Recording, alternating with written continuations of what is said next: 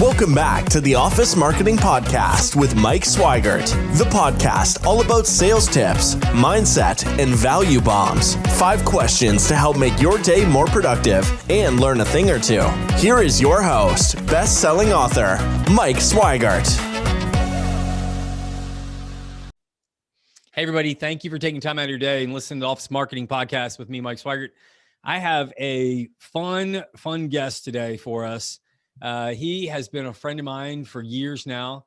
He is talented, intelligent. He knows more about moving, whether it be local or international. He has done jobs with GE, CBRE, the military, the government. I mean, we could just go on and on and on and talk about the acumen of Mike Maddux. But I'm just glad you took time out of your busy schedule to come talk to us, Mike. Thank you very much. Mike, that was fantastic. Keep going. I'm loving it. All right, exactly. He's handsome. He's a wonderful father. He loves his family. All right, now you're going a bit too far. All right. Well, hey, Mike, why don't we, before I go too much more, why don't you tell us a little bit about you? Yeah. So again, hello, everyone. I'm Mike Maddux. I am the Executive Vice President of Global Sales for the Office Moving Alliance, OMA.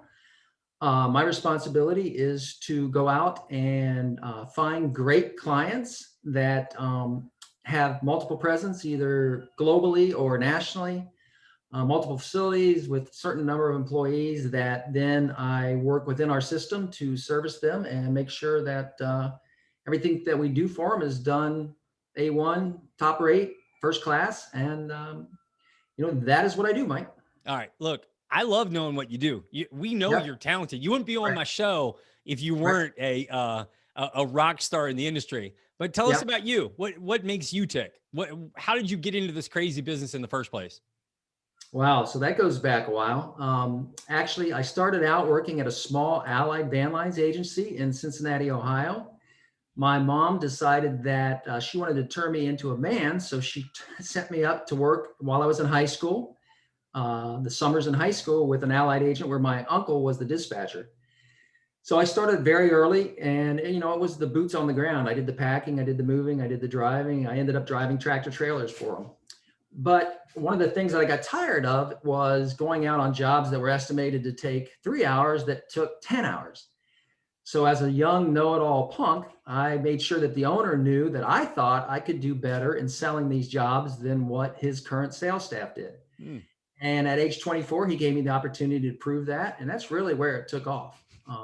And that's where you begin to fail miserably. No, I'm just kidding. You got to fail first before you succeed, right? Because you got to learn Absolutely. Fail forward. Fail forward. No, but it was actually very good. And, I learned a lot of different things. I mentored with a guy named Harold Cole, who really taught me how to make sure that, I was meeting with clients and had a sense of empathy and asked good questions. And he really started my career, but, had that owner not given me the chance, who knows, where I'd be today. I might still be loading trucks, but hey, here I am. I tell you what, I had a roommate in college and we're roommates. And then in the summer, he went to go work for a mattress company, right? And he was loading trucks, hauling mattresses. And here's a guy who was like normal size, kind of like, just maybe 6 feet, 160 pounds. After 10 or 12 weeks of loading mattresses, I'm not kidding. He put on 25 pounds of muscle. He came back absolutely jacked because he was like, you move a mattress, right? Go move a queen or a king size. It's not always a 2-man job. It is not easy. That's for sure. So yeah, certainly I was in some of the best shape and I still feel today that nobody can load a truck as well as I can. Well, keep that going in your head there, Mike, because that might be the only place that might be true. Hey, right. So then you worked for some really great companies. Like as I look at your resume between Beltman and Commercial Works, and obviously now Office Moving Alliance or OMA, tell me what you learned along the way from each one of those companies. Well, look, I think, this, we're all a product of our experiences, right? So what I learned and what I've taken with me really from day one is that, you have to make sure that when you're working with somebody, you do everything in your power to make sure that they get a good experience. And I will do that. And no matter what it takes, in the past, I would be able to go out on a job if I needed to make things go well, if we had some problems, if we had some issues. But at the end of the day, Mike, I just wanted to make sure, and I've learned this from all these companies, that we don't quit until we know we have a customer who has been served well, that they're satisfied. And I've taken that with me everywhere I've gone, and continue to do that today. So it's just important to me to know that I've given it all. Well, I love that, Mike. Where do you get that? How did that end up? Is that in your DNA? Is that something that you were taught? Where did that come from? No, I mean, it's going to sound a little hokey, Mike, but one of my first projects that I did, one of the first moves I did for Allied Van Lines, I was actually delivering some furniture into this lady's house. I made the mistake of loading tires into her white sofa. So I'm carrying in this sofa that's got tread marks all over it, and she proceeded to cry. She was really upset, and I just told myself that day, that, you know what, I am never going to let somebody down like I did today. I'm just not, and I've lived that in my career, and it's really, paid off, I think. That's really good. Now, how old were you when that happened? I was probably 22, 23. That's pretty cool. Now, I don't want to age you, but that's it was a while ago. That's early 80s. I mean, there's some things you just don't forget. Yeah. And you learn from them, and you promise that you'll not repeat them. And that's what I've done. So anytime I've made a mistake, I've owned up to it, and I've made sure that I don't make the same mistake again. And then I'll go to, whatever degree needed to make sure that, we give a good experience. I like that. All right. Well, tell me some keys. If somebody was going to do a move, we'll talk about it as two different things, right? Let's talk about a local move first, and we'll talk about like a multi-city move next. But when it comes to a local move, like what are some of the keys to a successful move? What would those be, Mike? Well, the keys are, certainly, first off, Mike, it's often somebody who has been delegated the responsibility of managing that move, right? And that's normally not their day-to-day activity. So they have another job that they're doing besides managing the move. So I think the first important part is understanding that you're going to need help through the process, that you can't do it alone, and making sure that you've engaged somebody that has experience, that has the resources to really help you through that process. And when the project's all over, hopefully, you've earned a promotion or a raise because you've done such a great job in, picking the right people to work with. But for us, Mike, it's just understanding what's going to happen, when it's going to happen, how they want it to happen, what's going to move, what's not going to move, all the different parameters that goes into a project, taking those and putting them all together, then presenting your client a plan that meets all those objectives in a logical way, and then executing on that plan and keeping them informed throughout the process. So, it's really, I hate to say it, but it's not rocket science. It's just understanding the different parts and pieces that go into a project, putting a plan to address them all, and making sure that it's executed. Well, that's pretty good. I have a feeling that say a multi-city move is very similar, but are there any other things you should know about? If I was moving from, say, Atlanta to New York, what do I need to know versus, moving from one building in Atlanta to another? Well, obviously, Mike, there's different challenges with a move that's going to be more national, more that's not a local move. With that, it's just more of a timing aspect. Once you've understood all the different things that go into it, but understanding the timing, how that's going to work, how long it's going to take to transport the goods from point A to point B. When you get to point B with the goods, are you able to unload immediately? Do you need to stage for storage? It's just knowing all the components and putting together the plan that meets those components in the best way possible. Yeah, maybe you could talk a little bit about OMA right now, right? So, you told me a little bit, a little bit more about OMA on our pre-call, but it seems like they have a kind of a unique solution to be able to take care of a multi-city move like that. Like, what makes OMA so unique versus some of their competitors to be able to provide that service better than others? Yeah, so what's really unique about us, Mike, is that our company is made up of about 250 members today. Those 250 members represent about 300 locations worldwide, and they all kind of funnel straight through. So many of our members are owners in the company, so they all have skin in the game. Every one of those locations have bricks and mortar facilities, so they have the resources needed to actually take care of a project no matter where it is. So oftentimes my job is just orchestrating all the different pieces that will go into a project, specifically, if it is one that is out of area and not local. So it's organizing the origin activities, it's organizing the transportation, it's organizing the destination activities. And the comforting thing for me is when I'm doing that, I know that all of our members have the same mindset that I carry in terms of service and performance.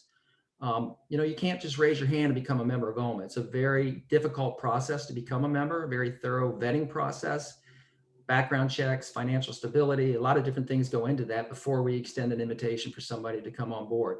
That's really what makes us different, is the exclusivity of our organization and the ability to deliver that consistent performance throughout. Hey, I tell you what, when I was in furniture, because, I spent about 5 years in commercial furniture, and I won't name any names, but when I had to do an intermarket project, like I'm in Atlanta doing a job in DC, it was awful. It was absolutely hellacious trying to get, because maybe it was a big client for me in Georgia, but to try to get someone to help me do an install in another city, I was at the bottom of the list. Like I got their D team.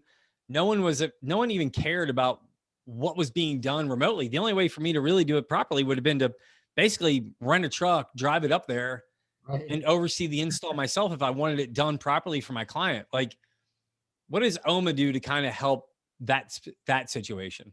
This episode of the Office Marketing Podcast is brought to you by Fusion Advisory. We help commercial contractors generate leads online profitably. Check us out at fusion-advisory.com. An out-of-office project.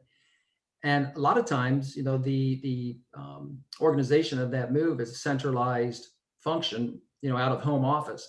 They may be coordinating a move for a project that is, on the other coast from where they're at.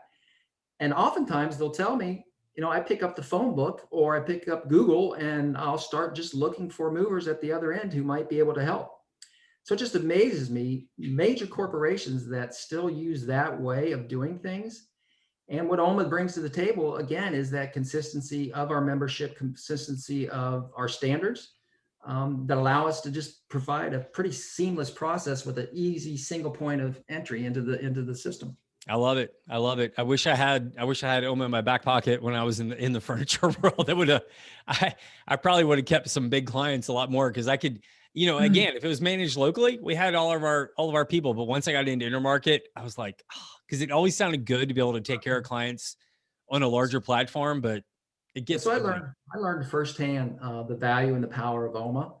In 2008, OMA kind of started really as like a good old boy referral network. It really wasn't a formalized company at that time. But I was in Cincinnati, Ohio, working for Commercial Works. And when Doug Hollingshead brought to us that there was this thing called OMA and that we could then service our clients elsewhere, I really took that mic and took it to market and took it to my customers. And literally in the first year, I doubled the amount of business that I did because of OMA. And that was before, we were an actual company and a formalized organization. So, having been in love with OMA since 2008, it was a natural for me to accept this role when it became available and join OMA on the sales side. I love it. So, obviously I'm kind of being a little fanboy for OMA because it sounds really, it's a tool I needed in my toolbox. And I hope people listening can lean on this solution. It seems like you're really onto something, Mike. Hey, let's go on. Let's talk a little bit more about you. All right, Mike, I know it's got to be one of your top 5 subjects, right? So tell us something that maybe not everybody knows about you. So most people don't know, and if they did, they might approach me a little differently, is the fact that I am a 3rd degree brown belt in Kempo Karate.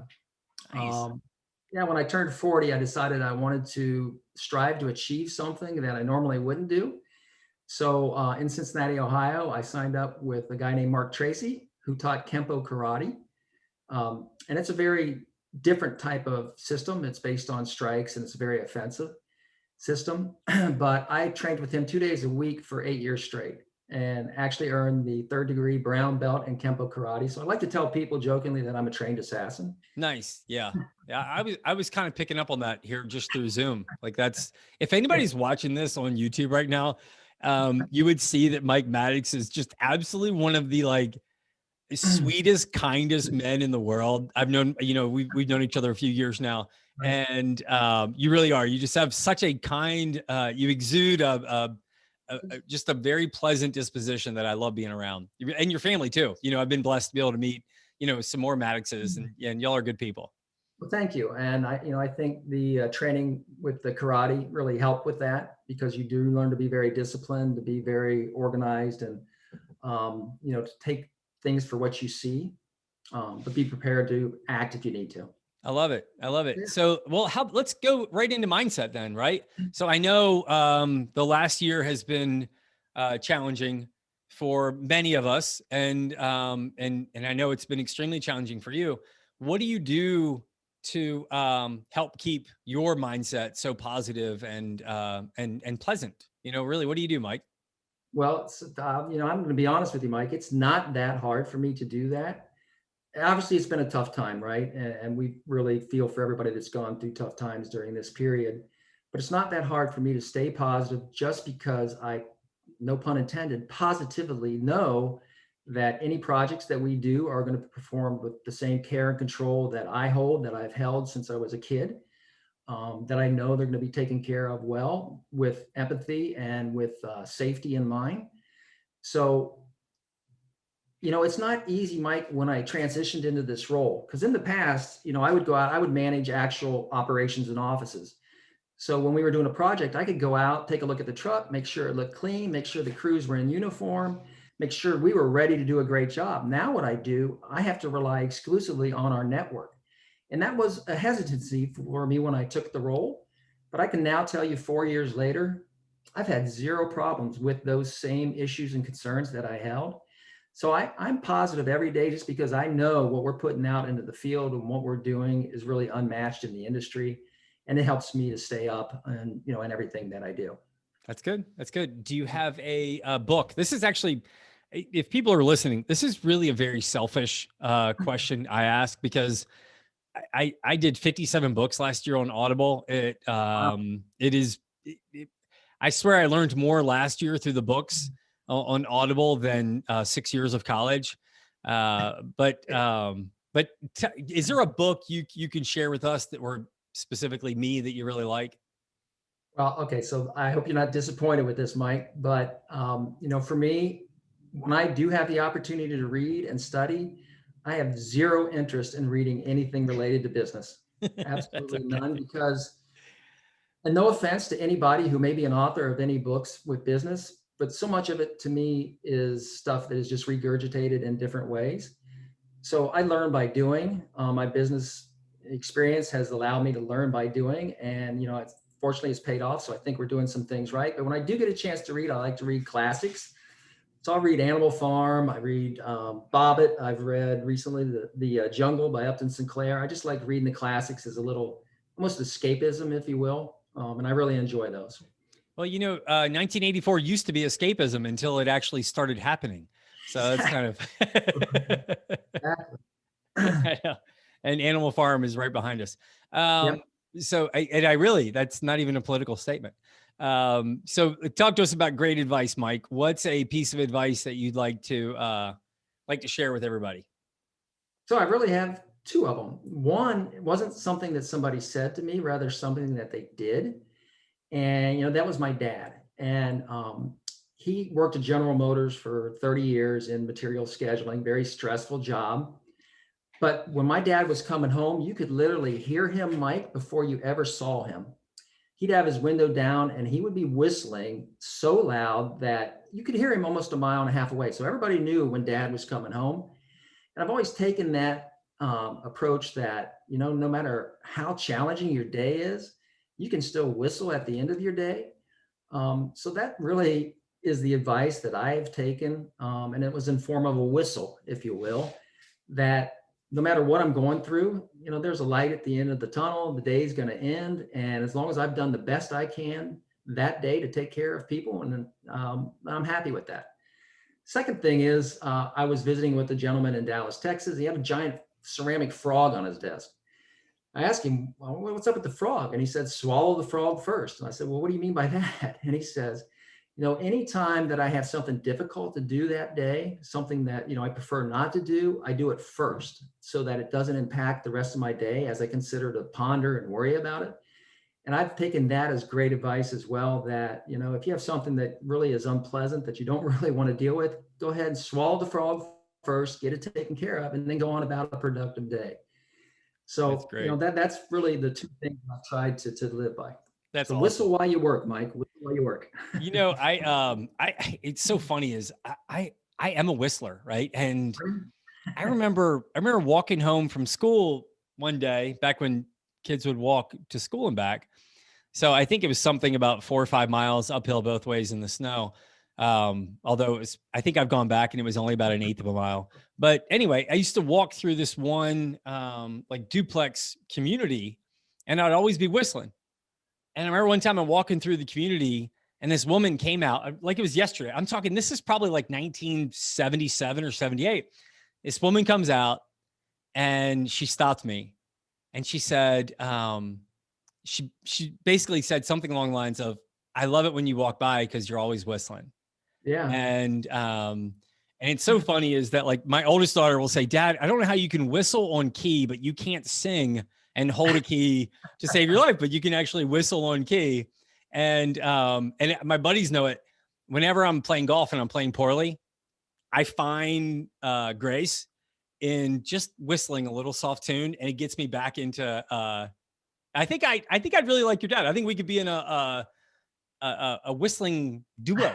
I think we'd have fun together.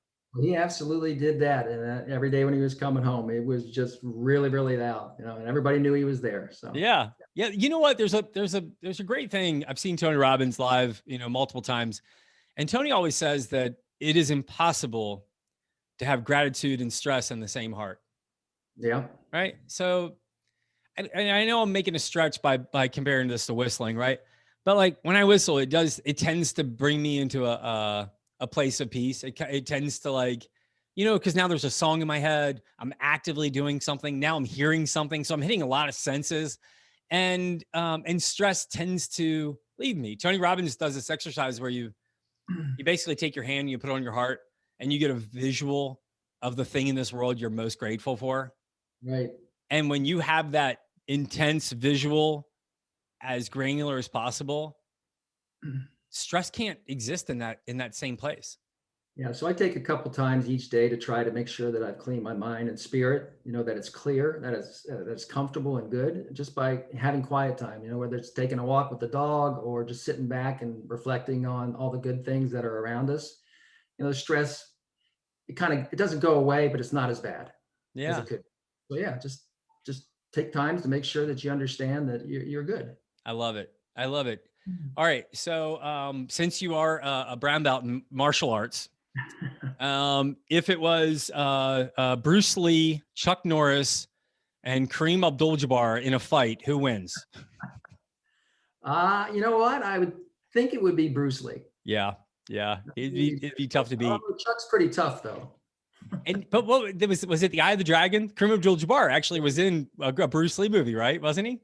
Right. Yeah. And then there was a movie out recently with Brad Pitt and I can't remember the other guy, but anyway, there was a fight between Brad Pitt and Bruce Lee. It was set in Hollywood, and Brad Pitt beat up Bruce Lee. So yeah. I don't know. Maybe my opinion of Bruce Lee might be a little bit too high. Well, if you've seen Snatch, you'd probably think that Brad Pitt could beat up anybody because he's kind of, or Troy. If you could take Troy and Snatch, I'll go with Brad Pitt. Exactly. All right. Listen, if somebody wanted to get in touch with you, Mike, what would be the best way to do it? Obviously my email is mmaddux@officemovingalliance.com. That's MMADDUX @officemovingalliance.com, spelled out. And I am one person that answers my phone no matter when you call, and that's 407-615-9461. All right. Well, we'll put both in the show notes. Yeah. And again, if somebody wants to hunt him down on LinkedIn, Mike Maddux, MADDUX. And again, all I can do is have gratitude for you taking time out of your day to share your story, Mike. Thank you. I appreciate it. It was fun. Thanks for inviting me. We'll do it again. All right. Bye. Bye, Mike. See ya. Thanks for listening to the Office Marketing Podcast. Be sure to join the conversation on our YouTube channel, LinkedIn, and Facebook pages. If you enjoyed the episode, head over to iTunes to subscribe, rate, and leave a review. Thanks for listening, and we'll see you next time.